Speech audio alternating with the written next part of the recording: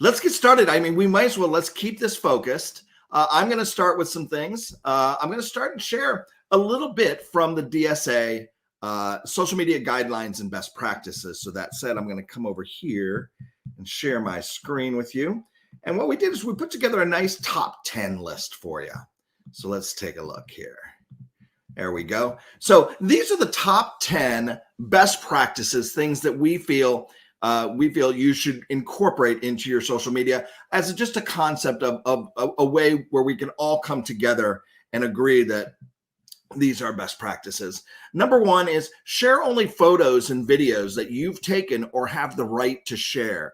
This is something that's really interesting. You have to be careful with, because did you know that if you share images from Google or where you found them, that they could carry alongside them? Somebody may have reported that as spam or reported that as they don't have the right. So if you share that, you have the potential of actually carrying that spam over, carrying that negativity of that image over. So be careful to always use ones that you know you have the rights to use or ones that you've taken. All right. So that's number one of the DSA social media guidelines and best practices. Number two, foster meaningful and genuine interactions. You know, you have to understand, even though we're living in a virtual world and this idea that you can spread your message out to so many people, there are real people at the other end.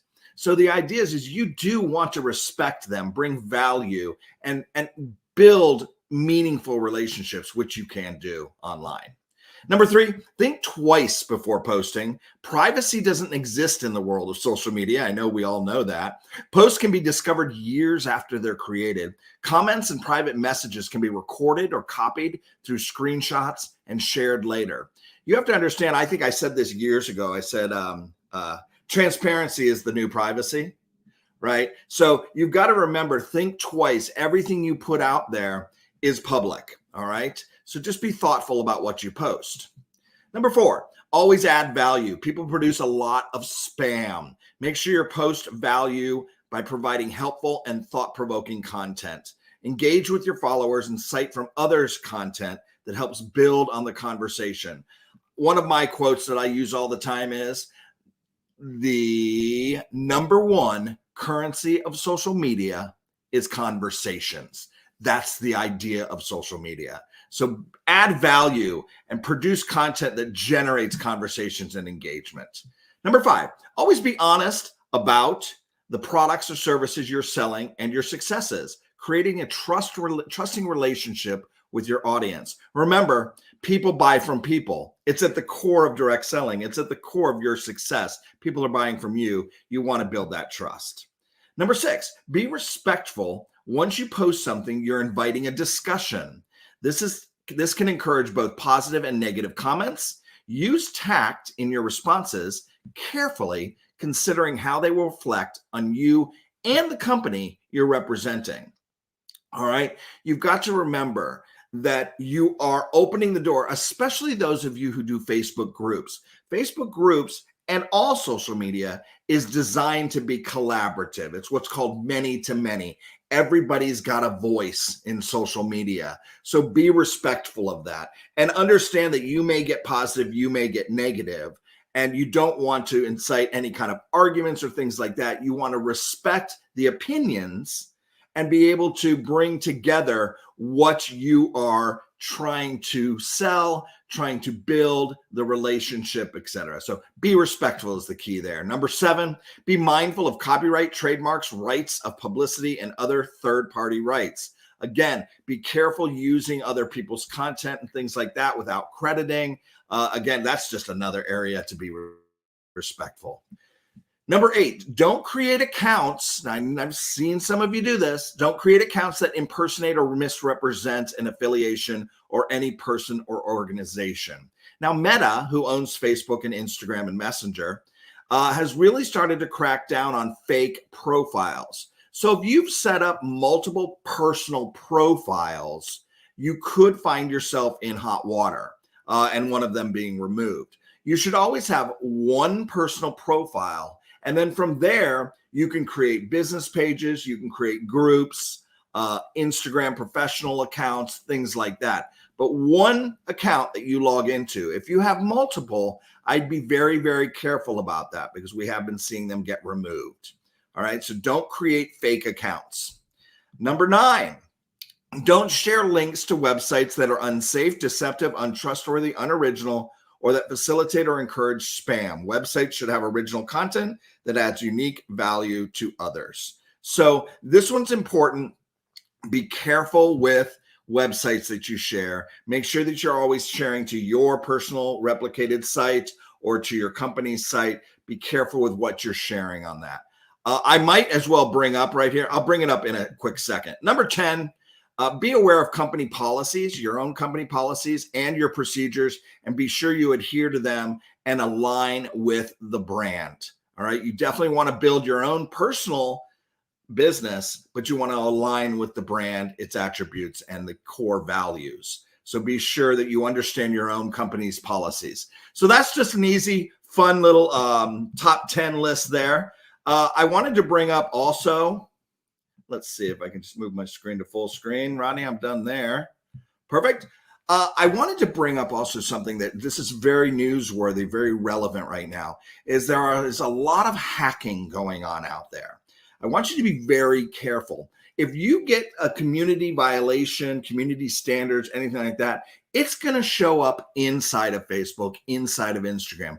If you get an email, if you get a text message, if you get something saying you need to click a link and fix this or we're going to remove your page, there's a good chance that could be a hacker and that could be spam. And it's going around big time right now. In fact, the latest target is on checkmarked blue star meta verified pages. There's some hacking going on there. So I just want to make you conscious of that, to be very careful right now. There's a lot of hacking going on. The easiest way to tell is you can tell by the URL. First of all, Meta's not going to be asking you to click links. It's all going to happen within your social network. So be very careful there. All right. So that said, I'm going to move on now to sharing some thoughts about what I like to call the content game. All right, let's talk about content. How many of you are feeling more and more confused, more and more challenged with all the different types of content out there? And what should I be posting every day? And what should I be doing? And what is the best content? Well, there's so much to this. I wanted to show you 3 graphics just to kind of get your footing. And I'm going to keep the graphics up here so that you can really look at them while I talk about each. What I want to do is I want to step back and not talk about should I post reels, stories, posts, videos, lives. I'll get to that a little bit later in the day with some quick tips. And I know our speakers who are coming up are also going to address that as well. I want to talk to you about what I call the buyer's journey. All right. Now, as I walk through each of this with you, I want you to think of it not only with what I'm showing you right here, but I also want you to think of your own behavior. How do you use social media? How do you search for new products? How do you become attached or connected to a brand? How do you do things? Because chances are you're doing exactly what I'm going to show you here. So one of the best ways to grasp this is just to remember, what are your behaviors? How are you consuming content? How are you reacting to groups and communities and participating? And that's the way you're going to want to behave when you're building your business. So let's talk about what I call the buyer's journey, and then I'll break it down. All right. So the buyer's journey, the first thing is you research and discover. Research and discovery. Now look, I put search in blue because do you realize social media is now surpassing search for the way people look for new products, all right, especially Gen Z, but it's actually proving more and more valuable. People are looking for goods and services on social. They're researching on social. They want to get to know the brand. So that's amazing for us in direct selling because people buy from people. I'll say that a few more times, I'm sure, today. But research and discovery is the first step to buying a product. I want to go learn about it. Now, with social media, the interesting thing is step number 2 is I want to connect and engage with it. So if I'm interested in buying a new product, I'm going to look for it. I'm going to see what they say about it. I'm going to look at the competition. I'm going to research, right? And then when I'm kind of getting more interested in it, I'm going to connect and engage. I'm going to ask questions. Another beautiful, beautiful benefit of the buyer's journey with us, because we want to connect with people. So that's step number 2 in the buyer's journey. Step number 3 is inquire and buy, the action step. All right. And you think, I did it. I sold some products using social media. Somebody found me. They engaged. They connected with my page. They connected with my account. They asked a few questions and they bought the product. Yay me. You're only halfway there. The real power of social media happens in the back half over here. All right. So somebody's now bought, they've inquired, they've purchased. What do you do from there? Now comes the service and satisfaction. Okay. Now is where you really have the opportunity to build the relationship with this person. Hey, I noticed you bought this product. I just wanted to check in with you. What do you think about it? Do you like it? Can I answer any questions for you? This, in fact, right here, service and satisfaction is what gives you the upper benefit, the upper hand here when it comes to Amazon, any of these other places where I can buy, because now you can personally service your friend down the street with exactly the questions, the answers, the solutions, the upsell, the complementary products. You get to really build a relationship around their purchase. I call it service and satisfaction. Joining your VIP group, getting recipes or quick tips or how-tos or makeovers or any slew of things, how you connect with somebody. Doesn't have to be specifically to the product, but the overall connection. How do you service and get them satisfied? Because the real power of social media is in the advocate and share, is in the what I call the friends of friends effect. All right. So if you get a customer who is now a friend because you've serviced them, you're building a relationship, all of a sudden they're going to share with their friends how amazing you are and how amazing the products are and how they should connect with you. This, my friends, is social media. I call it the friends of friends effect. All right. So you don't think about just the people you know. You got to think about the people they know. And if you treat them right, they're going to open the door to your friends. All right. To their friends. Sorry. The friends of friends effect. This is, my friends, the buyer's journey. Now I'm going to take this down. Now I also have, by the way, I should have mentioned this at the beginning. There is a workbook for the entire day here for Social Media Day. You should see it right here at the bottom of the screen. You can download this, and we've created this book that you can print it out and you can take notes. You can, I like for in my section, I have these images in there where you can take these notes. And you also get ways to connect with the speakers, learn more. We've got some gifts and some great value adds in there, some freebies, some things for you. So all in the workbook. Make sure you download it at some point today. We will have some breaks so you can do that. Let me go one more step now. I want to simplify this buyer's journey for you because you're probably asking, Scott, what does this have to do with content and the content game? Well, what it has to do with it is, let's think about this business as a funnel. This is the idea of a funnel. You've got the general mass here. You want to funnel down to a customer, right? So I'm going to simplify what I just showed you and talk about the 3 steps of types of content you should use in each of the phases of the buyer's journey. Awareness is the top of the funnel. How do you get more people to know who you are and what you do? All right. So I've got some notes over here. If you see me looking over to my right, awareness types of content would be brand awareness, general information about you, your personal brand, your passions, why you're doing what you're doing, and the company you're representing. All right. Don't go in for the kill right away. Remember, first, all you're trying to do is establish a connection. All right. You want to build a relationship. Your goal with the awareness phase is get to the connection, not the sale, just the connection. So your content should be more about general relevance, cross-platform content, video intros to who you are and what you're doing. Interview with friends, your passions. I love tennis. I may connect with you because you love tennis. Has nothing to do with the product I'm selling or the business I'm representing. It's a way for me to connect with you. All right. So we look for the connection points through our passions, through our general relevance, our community, and our business category. All right. Not the specific product. You want to go in for the I am an expert, or I have a passion for this industry and for what I'm doing. I also live in this community and I want to share my favorite things about this community. So this is the softer side of your business. This is the way to generate connections. We call that the awareness stage. It's at the very top of your funnel. I like to bring friends in, other influencers, people from the community, guest posts, anything where you can get friends of friends and build a community. That's what you're trying to do at this phase, which I call the awareness. Okay.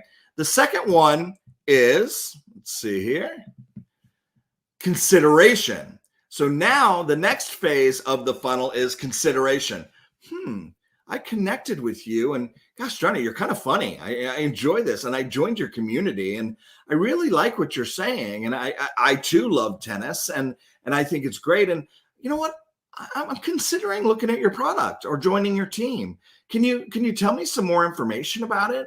This phase is really important. The content you create around this phase is how to keep in touch, how to build our relationship, how to connect and kind of kick the tires. You want to try a demo? Do you want me to send you a sample? How can I get you to just maybe consider this product or this opportunity?